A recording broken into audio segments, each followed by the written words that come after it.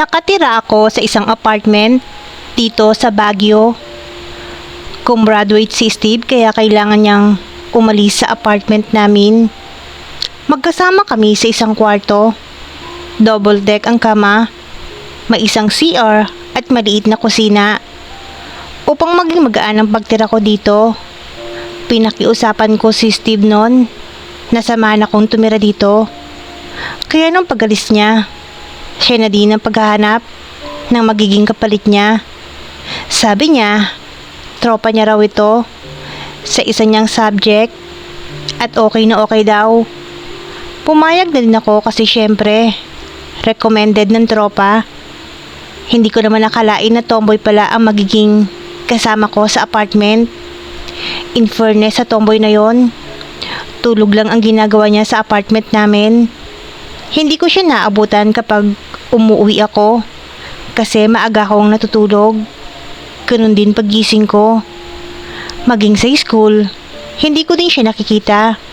Kahit na parehas kami ng gear at school na pinapasukan. Isang gabi, bigla akong naalimpungatan at nagising bigla. Ang init pala. Pawis na ako. Ipipikit ko na sana ulit ang aking mga mata at muling babalik sa pagtulog nang makarinig ako ng kakaibang tunog. Parang tubig na tumutulo o dumudulas sa bagay sa isang basang lugar. Inakala ko na nakabukas ang gripo sa CR. Pabangon sana ako para isara to na makaaninag ako ng konting liwanag mula sa baba sa kama ni Tomboy at saka ko narinig ang mahinang ingay. Ganito yung mga ingay na naririnig ko sa mga private site na pinapakinggan niya mula sa headset. Natawa ko nung una. Sabi ko, ayos itong Tomboy. Nagpapasaya sa kanyang sarili. Hindi na ako bumangon at humiga na lang. Nung una bale, wala sa akin. Pero habang tumatagal sa naririnig ko, ay parang biglang nagiinit ang katawan ko. Na-imagine ko tuloy kung ano ang itsura ng kayamanan ng isang tomboy. Ilang saglit lang, parang nagiinit na ako sa saya na ginagawang tunog. Ano kayang ginagawa nun? Maya lang, lumakas na ang ingay. Mukhang mararating niya na ang kasukdulan at biglang natahimik ang paligid. Marahil, tapos na siya. Hindi ko alam pero nakaramdam ako ng pag-iinit ng aking katawan sa pangyayaring yon. Sabi ko sa sarili ko, may tinatago palang kahiligan ng tomboy na to. Gabi-gabi kaya siyang nagpapasaya sa kanyang sarili habang tulog ako. Ano kaya ang pakiramdam kapag nakatabi mo ang isang tomboy? Kung ano-ano na lang bigla ang naisip ko hanggang sa nakatulog na din ako. Kinabukasan, maaga akong humiga sa kama ko at napaisip kung gagawin ba ulit ng tomboy yung ginawa niya kagabi. Hinintay ko siya pero nakatulog ako. Nagising na lang ako kinaumagahan. Wala na ulit siya sa kanyang kama. Sayang, hindi ko naabutan si Tomboy. Bakit kaya mailap tong Tomboy na to sa akin? Ni hindi ko pa nga siya nakakausap ng matagal. Kinagabihan, nagawa ko siyang hintayin. Bumili ako ng large size na black coffee sa 7-Eleven upang hindi ako antukin. Bumukas ang pinto namin at naramdaman ko siyang pumasok. Dumiretso ulit sa CR at saka nahiga sa kama niya. Amoy ko ang aroma ng Red Horse na binuksan niya at iniinom. Ako naman ay nagtulog-tulugan para hindi niya isipin na gising ako. Mga 30 minutes siguro ang lumipas nang muli kong marinig ang ingay na yon. Mukhang nagsisimula na naman siya. Ganun din kaya ang ibang mga tomboy? Dinig na dinig ko ang kanyang ginagawa at parang hindi ko na rin kaya ang nararamdaman kong pag-iinit. Kaya nagkumpisa na rin akong magpasaya sa aking sarili. Sinasabayan ko si Tomboy. Ini-imagine ko na ako ang kanyang kasiping na mga oras na yon. Wala pa sigurong 5 minutes. Narating ko na ang rurok ng kasiyahan. Napagod ako sa saya sa ginawa kong yon. Narinig ko rin si Tomboy na malakas na kalikha ng ingay. Marahil, katulad ko ay narating niya rin ang rurok ng kasiyahan. Nakatulog ako na napakasaya sa karanasang yon. Daig ko pa ang nanood ng live show at nakaangkin ng babae. Umaga, unti-unti kong dinilat ang aking mga mata nang mamalayan ko na parang may nakatingin sa akin. Nag-inat ako bahagya ng aking ulo. Nakita ko si Tomboy sa paanan ko, nakatingin sa akin. Nang mapansin niya, nagising na ako. Nagmamadali itong bumaba ng hagdan sa double deck at tuluyang lumabas ng kwarto. Nagtaka naman ako at saka ko na-realize nakatulog pala ako na walang kumot.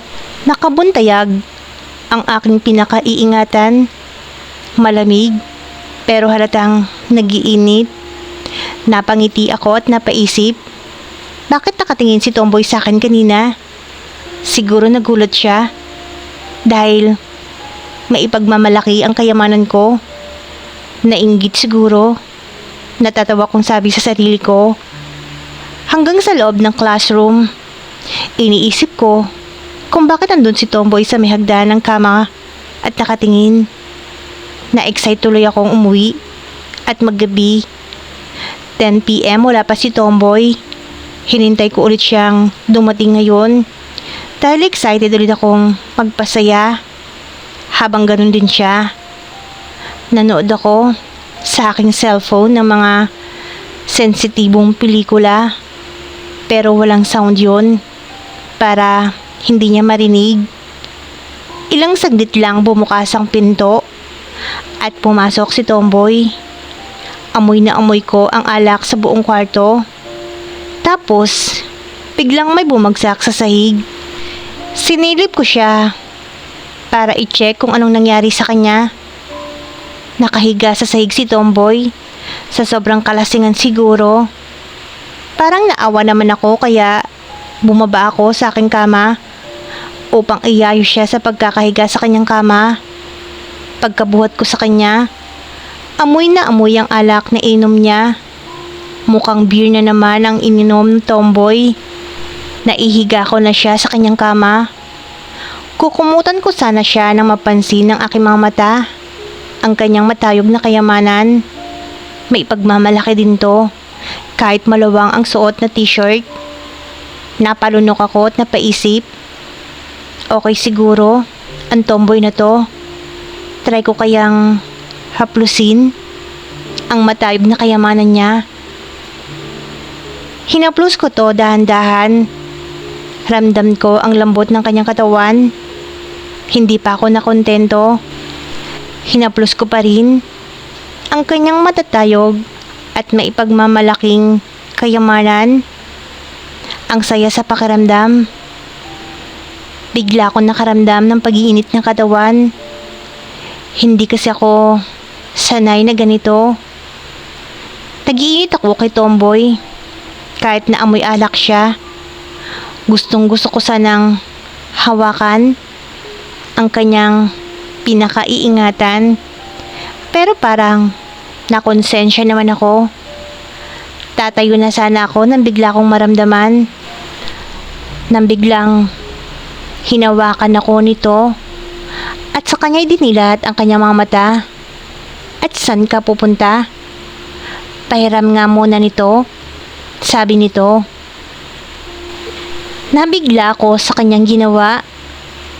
Para akong nakuryente sa gawain niyang yun. Marahan niyang hinahaplos ang aking nagiinit na katawan. Nakalika ako ng ingay dahil sa unti-unting pagpapainit niya sa akin. Nilakbay ko din ang aking kamay sa kanyang matayog na kayamanan. Hindi ko na kaya ang pag-iinit ng aking katawan. Gusto ko nang angkinin ng tomboy na to. Tumigil si tomboy sa kanyang ginagawa at umupo sa pagkakahiga. Binuksan niya ang kanyang belt at unti-unti tinanggal ang kanyang pantalon. Pagkababa nun, sumulyop sa akin ang kanyang ipinagmamayabang na kayamanan. Para akong aso na naglalaway nang makita ko ang kanyang pinakaiingatan at pinagyayabang na kayamanan. Tumayo siya para tanggalin ang kanyang pantalon at tinulak ako pahiga sa kama. Siya na rin na nagtanggal ng aking saplot at inumpisahan niya ng magtrabaho para sa akin. Hindi ako makapaniwala sa nangyayari ngayon. Tomboy, ang aking kasiping sa mga oras na to. Wala na akong pagsidlan ng kasiyahan dahil sobrang nagiinit na ang aking katawan. Kaya wala akong ibang magawa kundi ang makalika ng ingay.